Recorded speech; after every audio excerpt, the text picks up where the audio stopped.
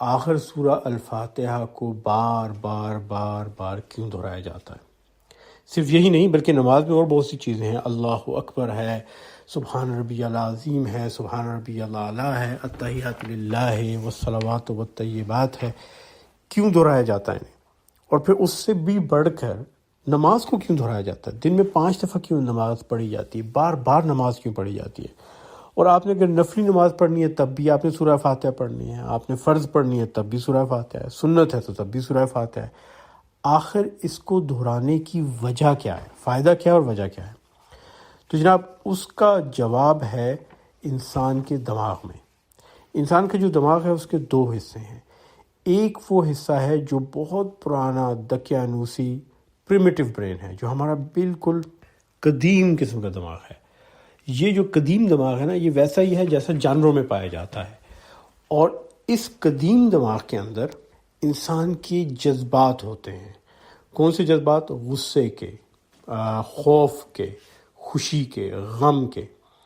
اور جب بچہ پیدا ہوتا ہے تو اس کے دماغ میں یہ حصہ کافی حد تک بن چکا ہوتا ہے۔ تو اسی لیے آپ نے دیکھا ہو کہ بچے اپنے جذبات سے فیصلے کرتے ہیں، ان کو جس بات پہ غصہ آئے غصہ کرتے ہیں، جس بات پہ خوشی ہو خوشی کا اظہار کرتے ہیں، چیزیں اٹھا کے پھینک دیں گے، توڑ دیں گے، ماریں گے، روئیں گے، چیخیں گے، چلائیں گے۔ تو یہ وہ اپنے قدیم دماغ سے استعمال کر کے فیصلے کر رہے ہوتے ہیں، اور یہ وہی دماغ ہے جو جانوروں میں ہوتا ہے۔ جانوروں میں بھی آپ نے دیکھا ہوگا اسی قسم کا رویہ پایا جاتا ہے۔ لیکن اس کے ساتھ اللہ تعالیٰ نے ہمیں ایک دوسرا دماغ دیا ہے جس کو کہتے ہیں نیو کارٹیکس، جس کو آپ نیا دماغ کہہ سکتے ہیں۔ یہ دماغ کا ایک بہت بڑا حصہ ہے، اور انسانوں کے اندر یہ دماغ کا حصہ باقی تمام جانوروں کی نسبت بہت بڑا ہے، بلکہ کچھ جانور تو ایسے ہیں جن میں یہ دماغ سرے سے پایا ہی نہیں جاتا۔ اور یہ ہے وہ دماغ جس میں ہماری عقل اور فہم، سوچ اور احساسات ہوتے ہیں، صرف جذبات نہیں، احساسات۔